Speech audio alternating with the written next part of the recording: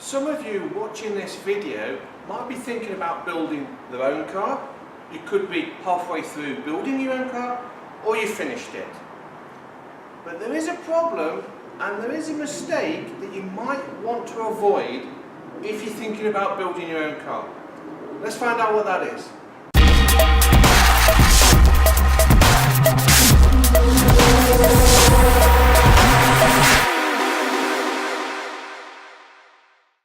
Great! My lovely shiny new workshop is already filling up with junk. This is going to mess with my OCD. Oh well, it is temporary. Let's get this camera set up.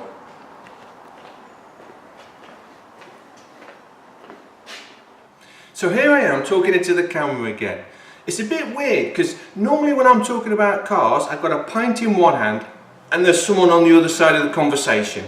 So just bear with me, I'm sure I'll get used to it. Anyway, before we get into a mistake that you might make with your own personal build, if you're thinking about building your own supercar, I just want to show you this magazine.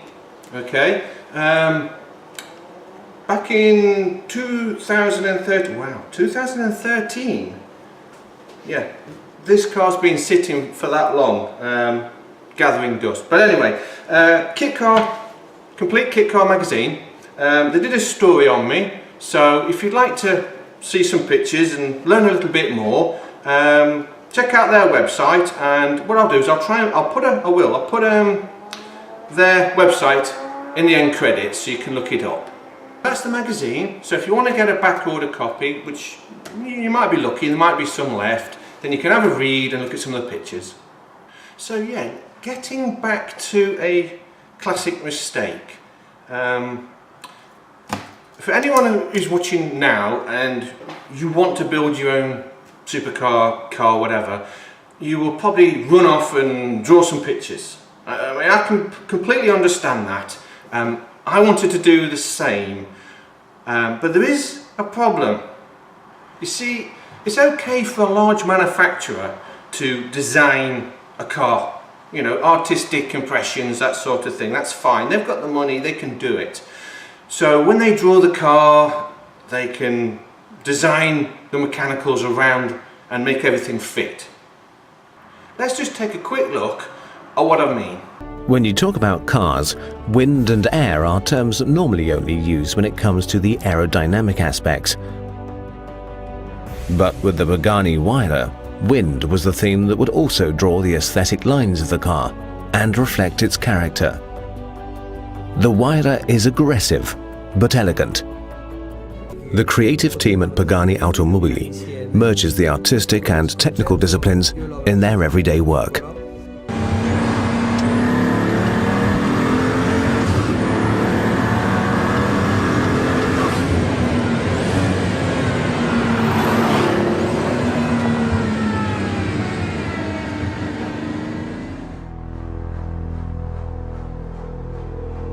One man, one engine. Skilled master mechanics individually handcraft each engine. A commitment to Mercedes-AMG's tradition of precision and quality. The design of the turbocharger and intake system is a result of the drivability requirements, and the turbocharged V12 in the Pagani Huayra features the immediate throttle response of a normally aspirated engine. Pagani Automobili's know-how in advanced composites has matured for almost 3 decades. The characteristics of weight and stiffness of the composites used in production made the Pagani vehicles strong and light.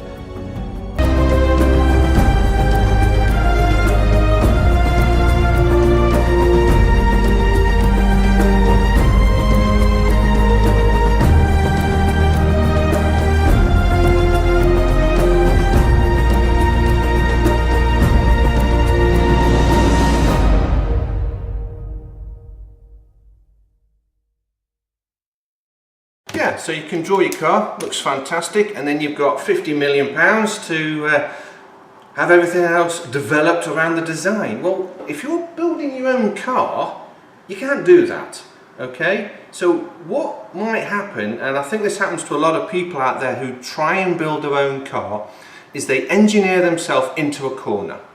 What I mean by this is they build the body first. They might make it out of foam, and then they make a fiberglass shell, and then they try and figure out all the mechanicals. But the problem with doing that, especially if you're on a very tight budget, is you'll find that your budget will escalate. It will spiral out of control.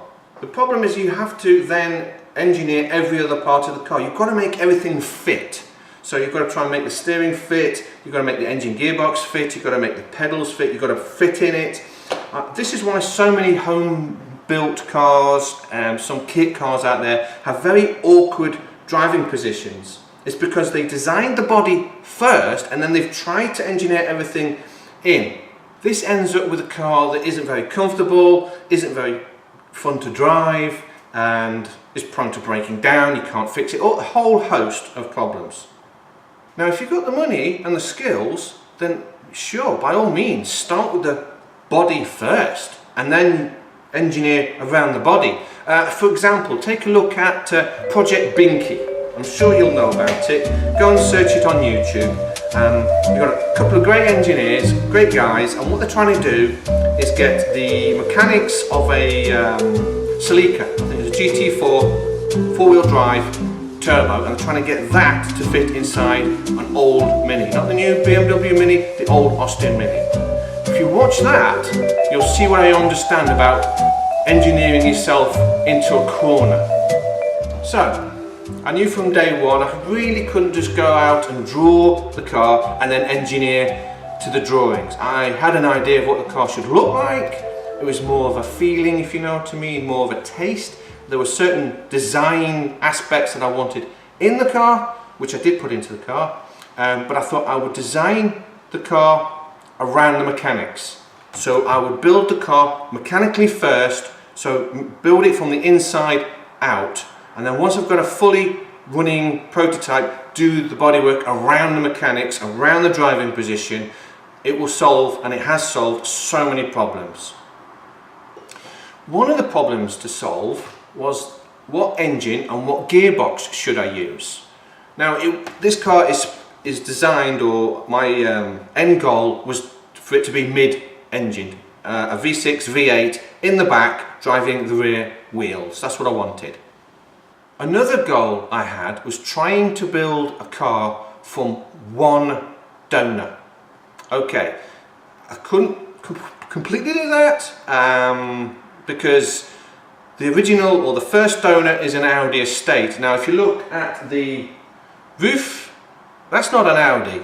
There is a second donor car, but we'll get into that in another video. But for now we're talking about the mechanics. So the donor car of choice was an Audi.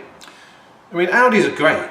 I mean, I love Audis. I mean, I've got two of them. I like Volkswagen Audi Group. I've had Golfs and all sorts of Scirocco's and all sorts. So I love the Audi Volkswagen brand. Very high quality, great electrics, fantastic engines. Now the good thing about Audi, especially on the larger cars like the A6, the A8, is they have an inline V6/6 V8. So the engine is right in the front of the car, in line, and then they have a trans-axle gearbox which drives the front wheels, or if it's the Quattro, it'll drive the front wheels and then the rear wheels. This solves a lot of problems for me, because when you pick an engine and you have to mount it to a transaxle to drive the rear wheels in a mid-mounted supercar, you've got to figure out how the clutch works and how are you going to mount the gearbox to the engine. This can cost a lot of money. This is money I didn't have, so the only sensible choice was to go with the Audi gearbox combo, which is already sorted. The clutch and everything is good to go. So before I started any welding, the plan was to take the engine and the gearbox from an Audi, the front part, and then the rear suspension from the same car, which would be the wishbones, shocks, although I would put coilovers on later on. We'll get into that in another episode. and what I would do is take the brakes, drive shafts, all that sort of thing, handbrake cables, that sort of thing, and then I would bring the engine and the gearbox together. Now, my first donor car that I bought was an Audi A6 2.8 normally aspirated. Now, when I started this project, it's got to be 2006 now, I always planned to use the Audi A6 2.7T. It was that car that I wanted to base my supercar on, but at the time they were very expensive, £6,000–7,000, and it's not worth spending that sort of money on a donor car.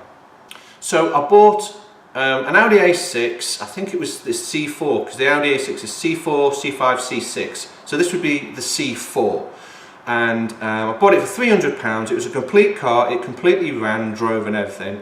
Well, not quite drove. What happened was the clutch pedal, the frame that held the clutch pedal in place had collapsed. So you couldn't disengage or engage the clutch. You could start the car up and sort of get it into first and it would go, but then you couldn't disengage. So I bought that for £300, and that was the first donor car. Now, the donor car I was looking for had to be manual, and it had to be the Quattro. This solves a few problems as well. If you buy an automatic, and you will try and take the engine, especially a modern engine today, if you try and put a modern engine that used to be an automatic and you want to use the original ECU, if you're on a budget, which I am, and you want to use the original ECU, it's going to hunt for the automatic gearbox. So I thought, if I start with a manual car to begin with, it gets rid of all those problems. Now, the Quattro has some very good parts in it. The rear and the front drive shafts are stronger, the CV joints are stronger. We'll get into that in another video. But there's some other benefits. The clutch is a lot bigger and stronger. You've got bigger brakes and that sort of thing. Although, on this one, I ended up having to use BMW front brakes. We'll get into why, again, in another video. We will cover as to why I chose to do that. And yeah, we'll cover that in another video. So I had my donor car, which was the Audi A6, I think it was a C4 2.8 normally aspirated manual, 5-speed manual, and it was a Quattro. I bought the original donor car and I put it into my garage and I stripped it, took the seats out, everything, very slowly, labelled everything, all the electrics, everything that was removed was delicately removed and put into boxes and stored. Everything was documented, photographed and written down, and I had notes in the computer. The whole donor car was stripped and I cut the car in half, pushed the rear of the shell out into my driveway, I turned it upside down, and then I could remove all of the rear suspension. The rear Quattro system and the prop shaft, that was sold on eBay because it would be no good to me, so I managed to recoup some of the £300 that I originally spent on the donor car. So I just cleaned up the rear suspension parts, and that is what I used to build the rear suspension of the supercar. So where do you start your build? You've got your donor car and you've taken the engine out, the gearbox out, that sort of thing. Where do you start? Now that's a tricky one. There's three main areas to start your build if you're thinking of building your own car. One is the driving position. You've got to get the driving position correct. So seating. Another one is the wheelbase. Although I didn't have a bodywork that would hinder my build, I wasn't restricted by bodywork, I did pick out a wheelbase. The wheelbase on this car is virtually the same as a Lamborghini Murcielago. It's slightly longer by 15mm at the front, just to solve a few steering issues that I had. I had to get the Ackerman steering right, and I just had to push the wheelbase forward by 15mm, and that's it. But other than that, the wheelbase on this thing is virtually the same width and everything as a Lamborghini Murcielago. First of all, I marked out the wheelbase, and I decided to start the build at the gearbox. In fact, split the build into two areas. So the chassis would be designed at the back around the gearbox, and then a second part of the build would be the driving position and that, and then the two would come together within the wheelbase of the Lamborghini. Once I had the gearbox, I did a rough mock-up. So I put the gearbox onto a crate and then just put the drive shafts onto it, put the hubs on so I could just get some basic measurements ready to design the chassis. Let's take a quick look in my garage and I'll just show you roughly how I set up the gearbox just to get some basic measurements. So for a quick rough mock-up of the gearbox and the drive shafts, I just put everything on this crate, and that worked well to get some basic measurements, but this was never going to work for any chassis fabrication. The problem I've got is the floor in this garage is not exactly flat and it's a bit high and lumpy in places. So if you're going to build a chassis, it is absolutely critical to have everything completely square and true. You cannot build a chassis off this floor, and I wouldn't advise anyone doing that. So I had to make a jig just out of some MDF. This is fully adjustable, and this was designed just to place the gearbox so I could get it absolutely plumb and straight. So I think that'll do for now. In the next video we will go over setting up the gearbox and choosing the drive shafts and getting everything lined up. So that'll do for now. See you in the next one. Bye.